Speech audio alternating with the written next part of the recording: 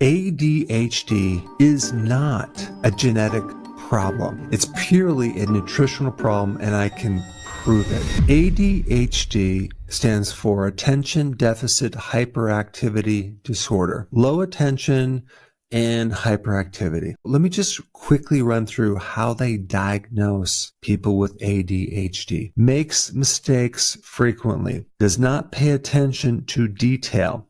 Does not listen when spoken to directly. Doesn't follow through and complete things. Cannot play quietly. Problem organizing. Losing things. Often fidgets.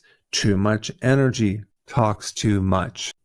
Most of these are normal childhood behavior. And all of these can be exaggerated when the child is eating poorly. The two medications that are used for this condition, Adderall and Ritalin, are basically a cash cow for big pharma. The definition of ADHD has been greatly expanded. They made it more diagnosable to put more people on medication. There's no objective testing that can be done. It's all subjective. And the way that they actually came up with this disorder is they got a bunch of psychiatrists in a room and they all voted on it. And that's how it became what it is. Talk about a severe lack of science. The drug companies do most of the studies. They create the pro-ADHD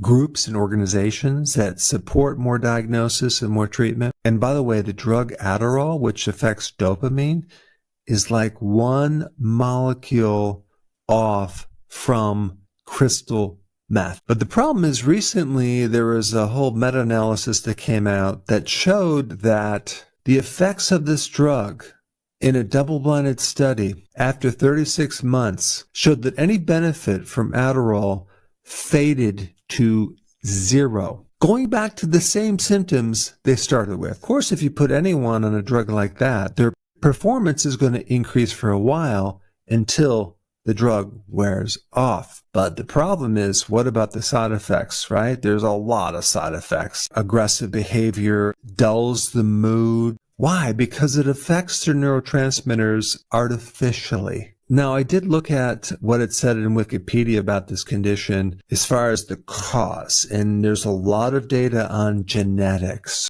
And I looked at the actual genes that are supposed to be causing ADHD. They gave this impression that, it's genetic and you really can't do anything, so you might as well just take the medication and see if that can help. But lifestyle changes, food, deficiencies, stress, those are the things that cause these genes to act in a certain way. There is some known things about this condition.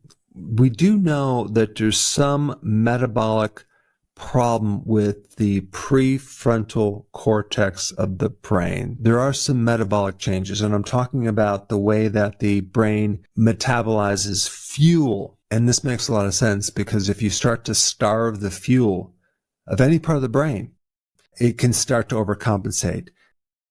And you can start having symptoms, lack of attention, hyperactivity. Now, on top of that, if you add other things like food dyes, artificial sweeteners, sugar, hidden sugar, like starch, monosodium glutamate, all the things in junk food have a huge influence on someone's behavior. I guarantee you right now, if I ate these Pop-Tarts for breakfast, my behavior would be completely inappropriate. I would not be able to think properly, especially if I was going to school. It's going to affect my brain. So we have really two things going on. We have all the additives. Then we also have things that are missing over here that I'm going to talk about next. If we just take dopamine, for example, and we want to increase dopamine, which can help focus, and it can also help a person feel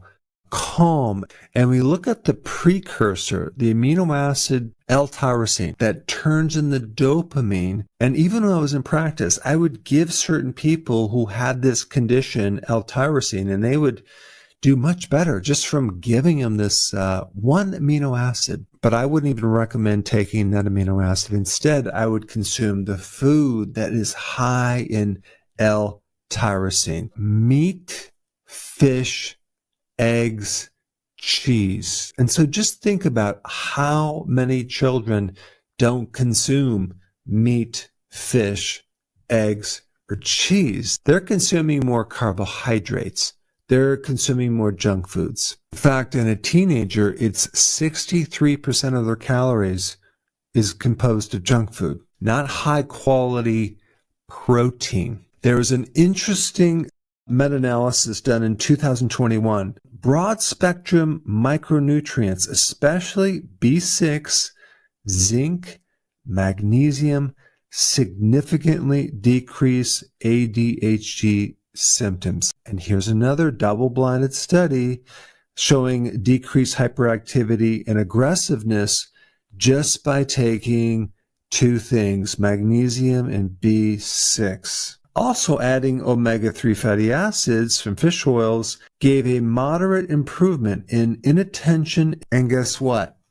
Without any side effects. And hands down, the most overlooked nutrient, especially in psychiatric conditions, is vitamin B1, the natural version of B1, L-theanine, and it's from garlic. But B1 enables the brain to utilize fuel, especially glucose. If a child is consuming a lot of glucose in the form of refined carbohydrates and sugars like they are, what's going to happen is their brain, especially the frontal part that they need to focus and feel calm, it's not going to get fuel because the refined carbs are depleting vitamin B1. B1 is something your body needs to make acetylcholine, a very important neurotransmitter in cognitive function. I really believe, based on all of the evidence, that ADHD is a glucose metabolic dysfunction where that child has consumed way too many carbohydrates for way too long, depleting the micronutrients, creating these behavioral changes. I mean, if we just take one of these micronutrients, vitamin B1, and we create a deficiency with that one single nutrient, that'll mimic brain fog, fatigue, irritability, feeling nervous, memory problems, and a very unstable mood. So I think B1 is crucial in anyone who has ADHD because that's going to give the neurons a kickstart. But at the same time, that child, that teenager, an adult needs to change the diet to a low-carb diet so their bodies can run on ketones. And ketones are going to bypass the damage they have in the neurons. So in other words, the nerve cells are finally going to get fuel, and that child, teenager, or adult is going to feel calm, and they're going to start to expand their ability to have attention on something. Brain inflammation is going to go down. Hyperactivity is going to go away. ADHD is a diet problem. It's a nutritional deficiency problem. It is not a genetic problem. It can be easily handled if you change the diet. And you don't even need to get into the genetics. All you have to do is correct the diet, give the person the nutrition to create the control over those genes if there's potentially any genes really involved. So if you have any questions on the version of the ketogenic diet that you need to be on or your child needs to be on, I will put that link down below. And of course, you need to get rid of the junk food that has all the chemicals and the colorings, preservatives, and the refined carbohydrates for sure. So go ahead and try this and then come back to this video and report in the comments on how much better your child or yourself is doing.